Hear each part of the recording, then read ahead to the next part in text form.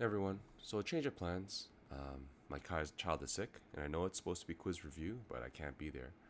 But I do believe, and I'm fully confident, that you're in good hands, that you've had so much practice, and even without today's lesson, you'll be totally fine.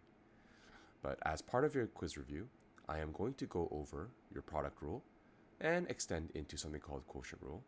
I will, uh, I'll prove by number manipulation why the quotient rule is in fact true, why it's proven, and you know, do one of those tangent equation questions because what's we've been practicing this, and I keep warning you about this quiz.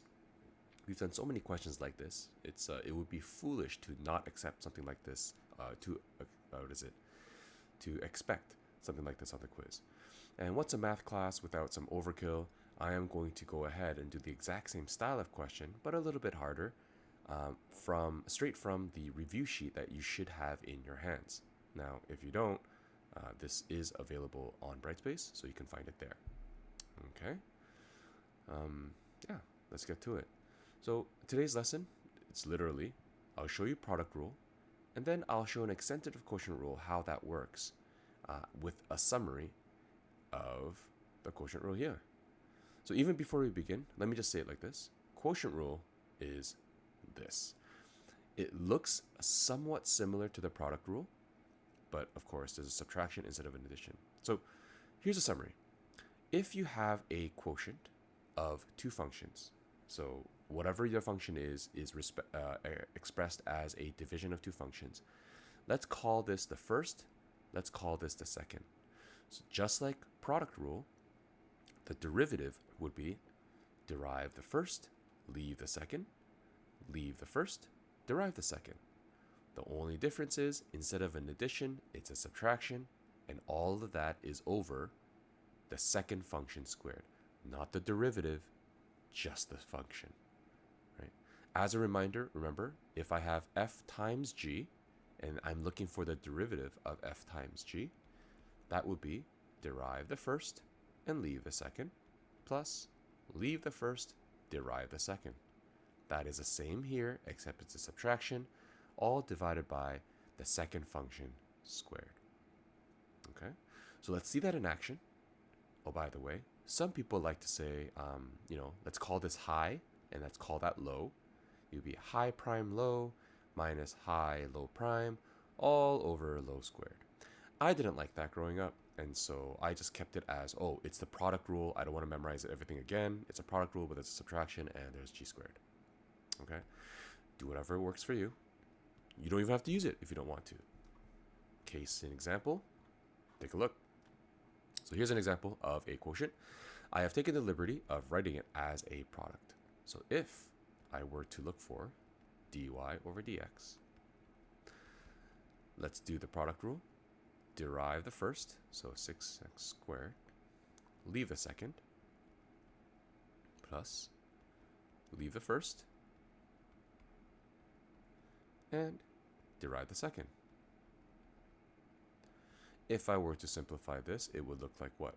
6x squared over x plus, or maybe just minus 2x cubed minus 5 over x squared. And right now, it is in two fractions. And you can simplify this to make 6x minus 2x cubed minus 5 over x squared. But sometimes there is value in writing it as a single fraction.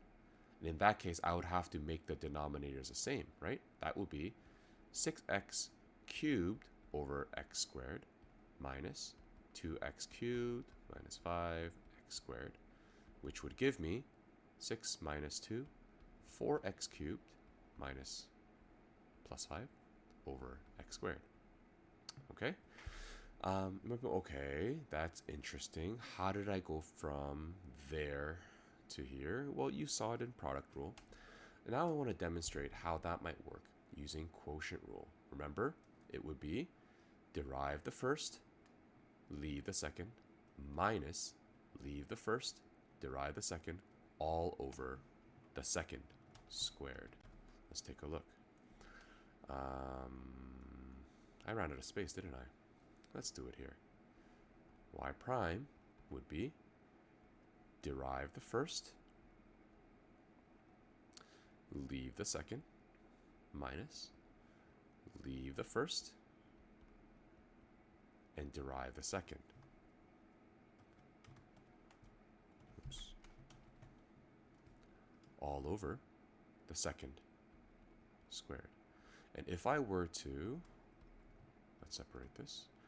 If I were to simplify it, this becomes 6x cubed minus 2x cubed plus 5 over x squared, which gives me 4x cubed plus 5 over x squared.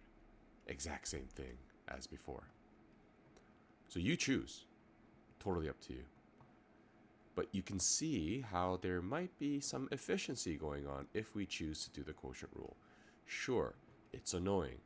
Sure, it's very long. And sure, you might have to memorize a little bit more.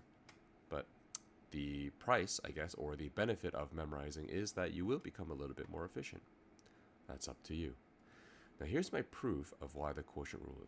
Now you might be asking, do we have to memorize this? Do we have to know this for the test? I'm not going to do anything unless it's really worth marks. I get it. You don't have to be able to reproduce what I'm about to give you. However, I'd like you to appreciate it, because this is what kind of manipulation that was necessary for you to actually adopt this thing and give you so much more efficiency and so much less headache when you're doing division functions. Okay, so consider this. If I were to derive this, that's the whole point. I don't know how to derive it. So let's turn this into a situation where we know how to derive it. If I know, oh, by the way, let's pretend y is a function of u over v, and u is a function of x, and v is a function of x. So everything is a function of x. Okay? I can argue that function u is y times v, right? Multiply both sides by v.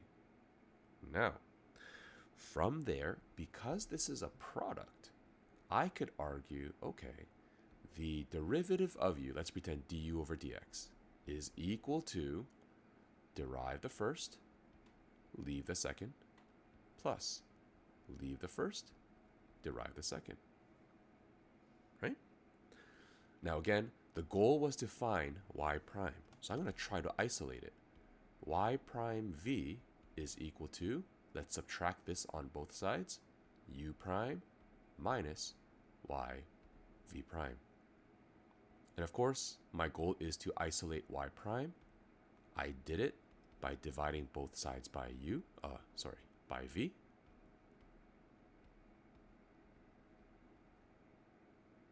Right? It was great. But again, it will be weird to find the derivative of something and have it defined by the previous function. So I'm going to actually plug in u and v. So if u over v is substituted in, that would be y times v prime over v. And again, you see how that's a v squared in the denominator, and this one is just a v? Well, I am going to make the denominator common by multiplying by 1, v over v, minus u v prime over v squared. And if I simplify this, y prime equals u prime v minus u v prime all over v squared. Pure number manipulation from product rule. Remember, product rule was allowed by doing that the completing the squares little funky adding zero technique that we explored. And if we prove that product rule is true, then we have just proved that by extension, quotient rule is also true. That's pretty awesome. Okay, so that's it. Some of you might be copying. Remember, the video will be available on Brightspace. So don't waste too much time on this, but rather let's focus on the quiz. Let's do that. Second last question. Determine the equation of the tangent to y at x equals 1. Once again, you could turn this into a product. That is, y is equal to x to the power of 3 times x squared minus 2 negative 1. Okay? But hey, look, that is actually a function inside a function. That's composite functions, which means we need chain rule here. That's a great exercise. So I would actually recommend everyone to try the derivative using both product rule and quotient rule, and you should get both the same. Okay, so at this time, I'm going to ask the substitute teacher to pause the video, give everyone a chance to do this. And at this point, with all the homework you've done, I think you can do both of these, can I say in under 10 minutes? Okay, so stop the video now, 10 minutes, go. Did you do it? Did you do it? Okay, assuming that you did it, dy over dx is derive the first, leave the second, plus leave the first and derive the second, which is chain rule. That means the exponent becomes a coefficient. You leave the inside, and that's power rule. Now that the power rule is done, I have to multiply the inside, the derivative of the inside, that's 2x. I simplify it, this becomes 3x squared all over x squared minus 2. And then minus 2x to the power of 4 over x squared minus 2 squared is what it turns into. And because the denominators are not the same, I'm going to try to turn them into the same denominator, consolidating as a single fraction. This becomes 3x squared times x squared minus 2 minus 2x to the power of 4. And that gives me, well, something. And I could go on, but I'm actually just going to go straight into calculating the slope. Okay?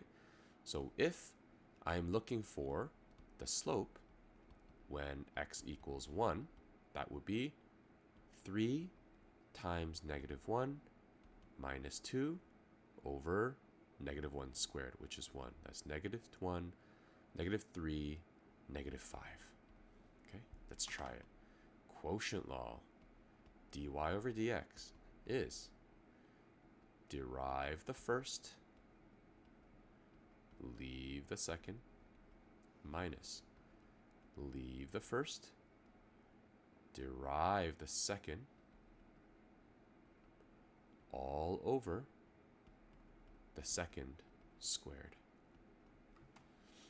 And if I simplify it, 3x to the power of 4 minus 6x squared minus 2x to the power of 4, x squared minus 2 squared. I'm not even going to simplify it. I want to know what slope is at x equals 1. That will be 3 times 1 minus 6 minus 2 over 1 minus 2 squared, 1. That gives me 8 minus 3, negative 5. Same thing. So again, you could do product rule, but I hope I convinced you that quotient rule can be efficient at times. Okay. Either way, now that I have the slope, I haven't found the equation yet. I need a point. Let's find the point. I'm going to plug in x into the original equation. Y at x equals 1 is 1 over 1 minus 2. That's negative 1, which means the point 1, negative 1 exists. So y equals mx plus b, y equals mx plus b. B is equal to 4. So y equals negative 5x plus 4. There's your tangent. Okay. So at this time, that's a lot of writing. I'm sure a lot of people will want to copy these down, but remember, everyone, rather than choosing both and like being, just get to know, right? You don't have to do both for your quizzes and tests. Just go with what's efficient. And I really do urge you to get comfortable with quotient rule. But you do you, okay? My final question for today, and remember the video is online. The final question for today is here. This is a product rule. Very good. Y prime or dy dx, sorry. I'm going to keep on using dy dx is equal to derive the first, leave the second, plus leave the first, derive the second. And that's it. I'm not doing any more. If I wanted to know what the slope was at x equals -1, oh, I'm not sure if this is actually at the point. Is it? Determine the equation of tangent to this at. Okay, so the way it's worded, I can assume that it is. But just in case, let me check. -1, that's a 2 minus 3. -1, that's a 1 plus 1. -1 times 2, -2. Okay, so it is at the point. Okay, so at -1, this would be -8, 1 plus 1, 2 minus 3, -2, to -16, -1 times -2, that's a +2. Slope is -14. Okay, so I have a point, I have a slope, y equals mx plus b, b equals -2 plus 4 minus 14 minus 16. So y equals -14x minus 16. So again, I know that's fast. I hope the substitute will be forgiving in letting you use your apps if you need to watch the video again. But it is what it is. Once again, there's a quick recap of the quiz. Know your derivative laws. No surprise. If it wants you to simplify, it'll ask you to simplify and give you only positive exponents.